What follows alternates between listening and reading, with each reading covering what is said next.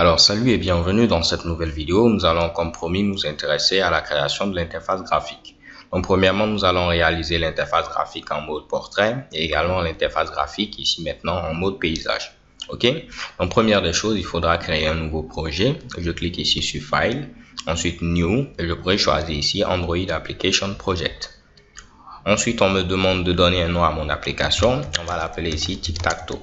Ok, donc je vais mettre ici Tic-Tac-Toe.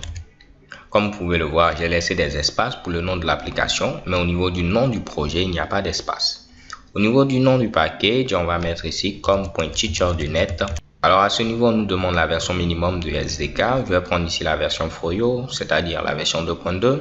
La version cible, ce sera la dernière version, ici la version 4.x. À ce niveau-là, comme vous pouvez le voir, j'ai mis à jour mon environnement histoire d'avoir les dernières versions de mon fameux SDK Android. Donc normalement, cela ne devrait pas poser problème puisqu'au niveau des premières vidéos, on avait vu comment gérer ces différents Mitsubishi. On va compiler pourquoi pas avec la version 2.3.3 et au niveau du thème, on va mettre ici None. Libre à vous de laisser ici la version 4.4 et de prendre ici le thème Holo Light with Dark Action Bar. Ok. En cliquant ensuite sur Next, Next, Next, ça fait beaucoup de Next. Et à ce niveau-là, vous voyez qu'on a ce problème-là. Alors, j'ai tenu à vous le montrer parce qu'il y avait l'un des abonnés qui avait laissé en commentaire qu'il avait ce Mitsubishi.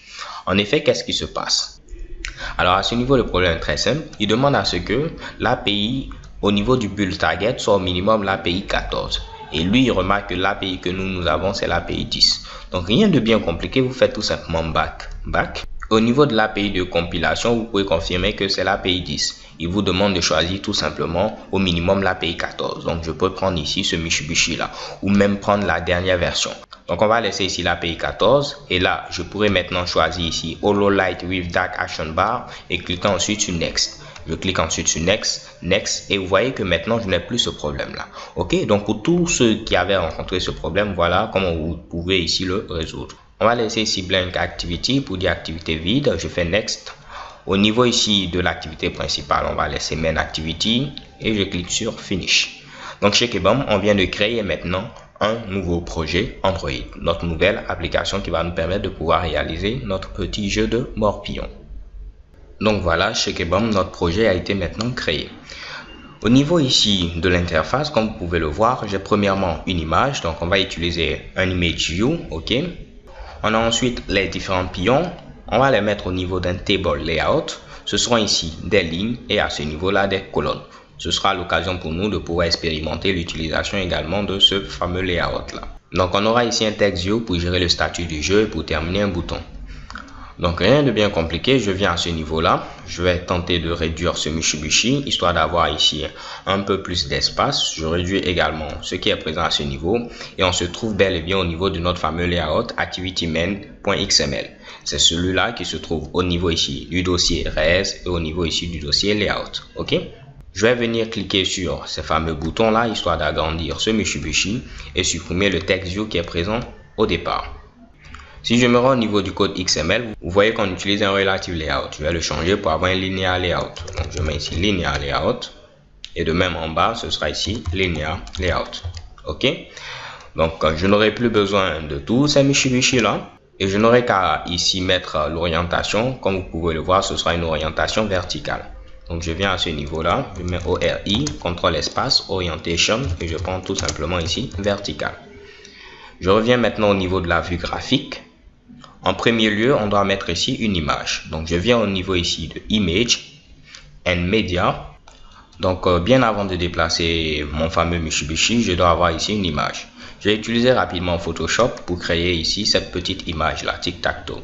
Donc, même pour moi qui ne maîtrise pas Photoshop, j'ai pu faire ceci, c'est-à-dire que vous pourrez faire beaucoup mieux. Donc là, rien de bien compliqué. Je vais maintenant copier mon image. Donc, je fais un petit CTRL-C ou pour vous le prouver, je fais un clic droit, ensuite copie. Je viens à ce niveau-là et au niveau de mon projet. Donc, je viens ensuite au niveau du dossier res, dans le sous-dossier Drawable HDPI. Je fais un clic droit et ensuite je choisis Paste, histoire de coller mon image. Ok? Donc, mon image est maintenant présente à ce niveau-là. Je pourrais ensuite venir rapidement, reprendre mon fameux Image View, déplacer ce Mitsubishi, vérifier que c'est ce radio bouton-là qui est coché, Project Resources, puisque ce sont ici les ressources de notre projet et non ici les ressources du système. Les ressources du système, ce sont les ressources qui sont venues avec Android. Vous aurez ici plein de Mitsubishi qu'on aura ici l'occasion d'utiliser. Mais pour l'instant, je choisis les ressources de notre projet. Si je descends normalement, puisque c'est listé par ordre alphabétique, je peux voir ici ma fameuse image tic-tac-toe. Je clique ensuite sur OK. Et qu'est-ce que vous voyez? J'ai mon image qui est présente maintenant à ce niveau-là. On va faire un petit tour au niveau du code source. Vous voyez que là, on me dit déjà que j'ai une erreur. Ici, il demande à avoir l'attribut Content Description parce que cela va permettre aux aveugles de pouvoir savoir ce qu'on a à ce niveau-là. Donc, je pourrais mettre quoi? Je pourrais mettre ici CON, contrôle espace, Content Description et je vais mettre ici @string et tu vas prendre tout simplement le nom de notre application. Donc, ici, je mets app name. Si on vient rapidement au niveau de l'explorateur, on vient au niveau ici de value, ensuite au niveau de strings.xml. Je viens voir le code XML à proprement dit. Vous voyez que à ce niveau-là, le nom de l'application c'est tic-tac-toe. Donc il va choisir tout simplement tic-tac-toe. Je profite de l'occasion pour enlever ce hello world puisque nous n'allons pas ici l'utiliser. OK? Donc ensuite, pour m'assurer que mon Mitsubishi est bel et bien centré, je vais rajouter un petit layout gravity que je vais mettre ici à center. Donc là, chez Kebam, je n'ai plus d'erreur. Qu'est-ce qu'il faudra ajouter maintenant? C'est notre fameux table layout. Notre fameux table layout va nous permettre de pouvoir afficher nos différents éléments. Donc, on aura un tableau ici à 3 lignes et à 3 colonnes. OK? Donc là, rien de bien compliqué. Je reviens au niveau de la vue graphique. Je vais replier également ceci pour avoir quelque chose de large. Et au niveau ici des fameux layouts, je peux choisir ici table layout. Je vais faire un glisser-déposer pour le mettre tout juste après ici mon image view. Donc, lorsque je le fais automatiquement, vous voyez qu'au niveau ici de outline, nous avons un ensemble de lignes qui sont déjà prédéfinies. Nous avons une première ligne, deuxième ligne, troisième ligne, quatrième ligne. Si je viens au niveau du code, vous voyez qu'il a créé automatiquement 4 lignes pour moi que je peux déjà utiliser. Donc, puisque nous n'aurons que 3 lignes, je vais supprimer la dernière ligne et checker bon.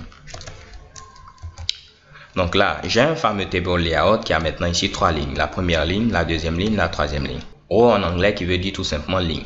Donc, comme vous pouvez le voir, on peut ici avoir un petit nesting au niveau de nos différents layouts. Au niveau ici du linear layout, j'ai un autre layout qui est le table layout. Donc, comme vous pouvez le voir, un layout peut contenir un autre layout et ainsi de suite. Donc, si j'enregistre ceci, je reviens au niveau de la vue graphique. Vous voyez qu'au niveau de outline, on a maintenant 3 lignes. Au niveau de chaque ligne, je vais venir mettre 3 boutons. Donc, on pouvait le faire avec le code XML, mais je vais vous montrer avec le principe du drag and drop. Je vais au niveau de form widget. Donc, si je veux dire que mon bouton que je vais prendre à ce niveau doit être au niveau ici de la ligne 1, donc je viens à ce niveau-là, je le glisse et je le dépose au niveau de table row 1. OK? Donc, je laisse ce Mitsubishi et vous voyez qu'il est bel et bien à l'intérieur de table row ici 1. Donc, vous pouvez faire de même pour glisser et déposer ce Mitsubishi par exemple au niveau de table row 3. OK? Je vais faire CTRL Z parce qu'on va faire le reste avec maintenant le code XML. Donc, si je viens rapidement au niveau du code XML, vous voyez qu'au niveau de Table Row, il a mis maintenant ici ce premier bouton-là. Donc, au niveau de ce bouton, qu'est-ce que nous allons mettre comme paramètre? Premièrement, je vais modifier ici l'identifiant. Je vais mettre ici pion 0 et je mets ici button. OK, donc c'est pas pion en parenthèse, mais pion 0. Donc, cela va permettre de dire que celui-là représente le premier pion. En effet, voilà comment je vais le numéroter. Pion 0, pion 1, pion 2, pion 3, pion 4, pion 5, pion 6, pion 7, pion 8. OK? Donc ça, c'est le pion 0. Il n'aura pas besoin ici de texte. Donc, je vais enlever ici ce texte-là. Au niveau maintenant de la largeur, on va mettre 60 dp. Comme je vous l'ai dit, les largeurs, il faut les mettre en dp, density pixel. Et au niveau de la hauteur, je vais mettre également 60 dp. Et vu que la largeur est égale à la hauteur, on aura tout simplement un élément sous forme de carré. Qu'est-ce que vous voyez chez Kebam, j'ai ce Mitsubishi là. Je peux faire ensuite CTRL SHIFT F pour reformater ceci. Et je vais le copier, le coller plusieurs fois pour avoir 3 boutons sur cette première ligne. OK? Donc voilà, je vais mettre 3 boutons. Celui-là, ce sera le pion 1 et celui-là, le pion 2, comme on l'avait dit. Si je reviens au niveau de la vue graphique, j'ai ce résultat-là. Mais ce que je souhaite, c'est que tout ceci soit centré. Donc, je vais dire au niveau maintenant de ma ligne, donc Table Row, on va ajouter ici Gravity pour dire que mes éléments doivent être centrés. Et de même, je vais le mettre au niveau ici de Gravity. Donc là, c'était Layout Gravity. Au niveau également de Android Gravity, je vais dire qu'il faut centrer ceci. Donc, si je reviens au niveau de la vue graphique, vous voyez que maintenant tout est centré. Alors déjà là on a un petit problème, c'est lequel? C'est que plus tard si je veux changer et je me dis par exemple que mes boutons sont un peu trop petits, je vais les agrandir, je vais mettre 70 dp. Vous voyez que je serai obligé de venir modifier partout et mettre ici 70 dp, 70 dp, 70 dp, ainsi de suite, ça va être un peu fatigant. Donc ce qu'on va faire, on va utiliser une petite astuce qui est déjà disponible au niveau ici d'Android. Au niveau du dossier value, vous voyez un fichier dimensions.xml. Ce fichier va contenir un ensemble de dimensions. Ok? Donc si j'ouvre ce fichier, je vais créer deux nouvelles dimensions. Donc je mets ici DI, CTRL espace. Je fais ensuite CTRL espace. Donc pour le nom, ce sera pion width, pour dire que c'est la largeur de notre pion, et comme valeur 60 dp. Je vais copier-coller ce Mitsubishi, de même pour la hauteur. Cette fois-ci, ce sera pion height et la valeur toujours 60 dp. Ce qui fait qu'au niveau de activitymain.xml, je ne vais plus mettre directement ces valeurs. Je mets @dimen, ensuite un slash. Si je fais CTRL espace, je pourrais choisir ici pion width pour dire que c'est la largeur. Vous l'aurez compris, je copie rapidement ce Mitsubishi, je modifie et cette fois-ci ce sera pion height. Comme ceci.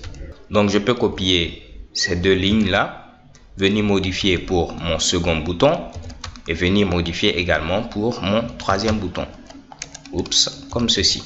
Je fais ensuite CTRL SHIFT F pour reformater tout ceci. Donc comme vous pouvez le voir, rien n'a changé, mais l'avantage, si je veux changer la taille, je ne change qu'à l'intérieur ici de ce seul fichier là. Je vais mettre par exemple 80, histoire de pouvoir augmenter la taille. Si je reviens à ce niveau là, qu'est-ce que vous voyez? Mes boutons ont maintenant une taille beaucoup plus grande. Ok? Donc là, c'est une bonne pratique, histoire d'avoir un code qui sera très facile à mettre à jour. Je reviens au niveau de activitymain.xml, on va faire de même. Je n'aurai qu'à venir ici, copier ici Android Layout Gravity et Android Gravity Center. Je vais le mettre également au niveau des deux autres lignes, donc cette première ligne, et je vais le mettre également au niveau de cette deuxième ligne. CTRL SHIFT F et tout est bien reformaté. Je copie ensuite mes trois boutons, je laisse un petit espace à ce niveau. Au niveau de la deuxième ligne, je vais coller ici mes différents boutons, comme vous pouvez le voir. Ce sera maintenant pion 3. Ici, pion 4 et ici, pion 5. Je descends à ce niveau et au niveau de la dernière ligne, je colle ceci. Ce sera pion 6, pion 7 et pour terminer, pion 8. Donc, j'essaie de voir le résultat et chez Kebam, on a ce qu'on espérait. Voici pion 0, pion 1, pion 2 jusqu'à pion 8. Donc, autre chose à faire, c'est mettre ce fameux texte qui va représenter le statut courant du jeu. Donc, je n'aurai qu'à prendre ici un text view, glisser, déposer, le mettre tout juste en bas et venir maintenant styliser ce fameux text view. Donc, remarquez qu'il est en dehors du fameux table layout puisqu'il ne fait pas partie de notre tableau. Donc, première des choses, je vais changer l'ID. Je vais mettre game statut text view et checker bon. Ensuite, je vais centrer le texte. Donc, je vais mettre ici Layout Gravity également Gravity à Center. Donc, j'ai déjà mis Layout Gravity. Ce sera maintenant Gravity à Center. Donc, vous voyez que mon élément est un peu accolé au table layout. On va mettre pourquoi pas un petit margin top. Et je vais mettre ici 20 dp. On va voir ce que ça donne. Et chez Kebam, c'est déjà bon. OK? Au niveau ici du texte, on va mettre ici @string. Et je vais créer un texte qui aura ici comme nom game statut. Ok, donc je mets ici game statut. Bien sûr, au niveau ici de strings.xml, on aura besoin de le créer. On va modifier également le text size. Donc au niveau du text size, on va mettre ici 20 sp.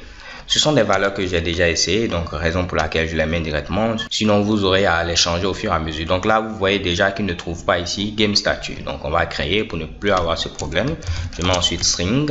Le nom, ce sera ici game statut.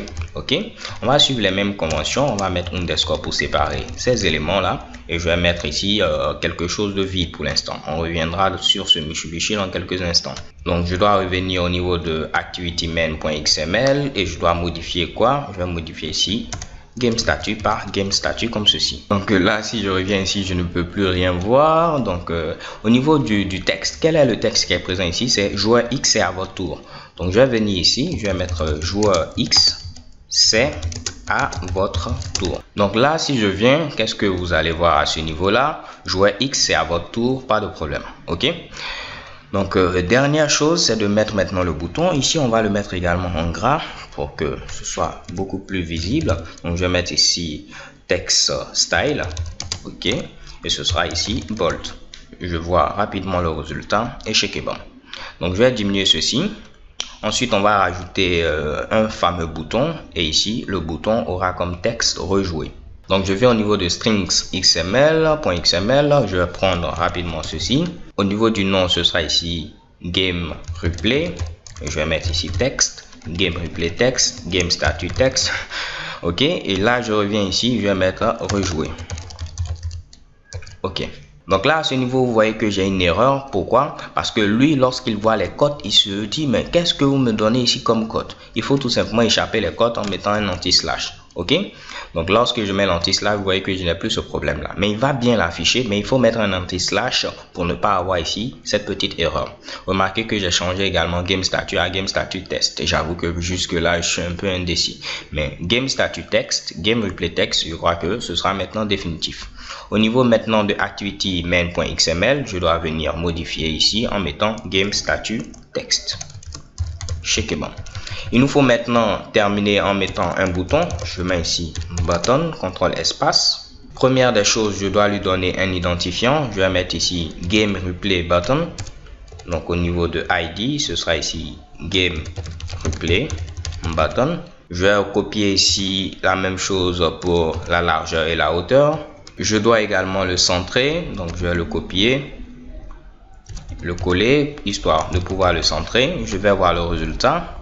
Donc j'ai ce fameux bouton. On va modifier la largeur. Ici par wrap content, on va mettre ici 150 dp pour avoir quelque chose de beaucoup plus large. Parfait. Au niveau maintenant du texte, donc je mets ici texte. Comme texte, je n'aurai qu'à mettre ici @string. Et on va prendre ce qu'on avait déjà mis, game replay text. Je viens ici et checker bam, on a ce résultat là. On va pourquoi pas enlever le point d'exclamation, ça fait trop de points d'exclamation. Ok, je l'enlève ici comme cela. Au niveau de activity main.xml, on va modifier la couleur du texte. Je vais mettre ici que je veux un texte de couleur blanche. Donc je mets ici texte color. Je mets donc DSFFF comme on l'a vu. Et ensuite je vais modifier la couleur de fond, background, et comme couleur je vais mettre ceci qui correspond ici à un petit bleu.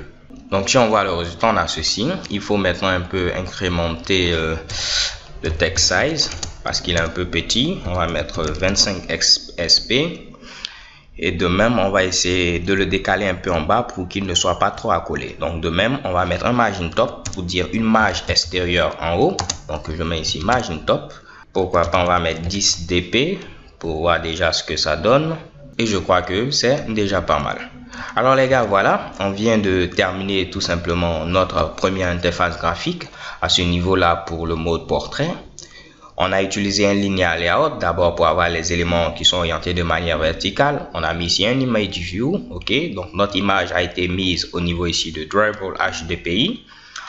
Ensuite, on a ici un table layout pour avoir l'ensemble de nos boutons qui ont également des identifiants. On a un text view pour le statut courant du jeu et un bouton rejouer. Donc jusque là, rien de bien compliqué. Donc je crois que c'est déjà parfait. Donc je vous donne rendez-vous à la vidéo suivante. Nous allons réaliser maintenant le graphique pour le mode paysage. So thank you guys for watching. Don't forget to subscribe and have a nice day. Peace.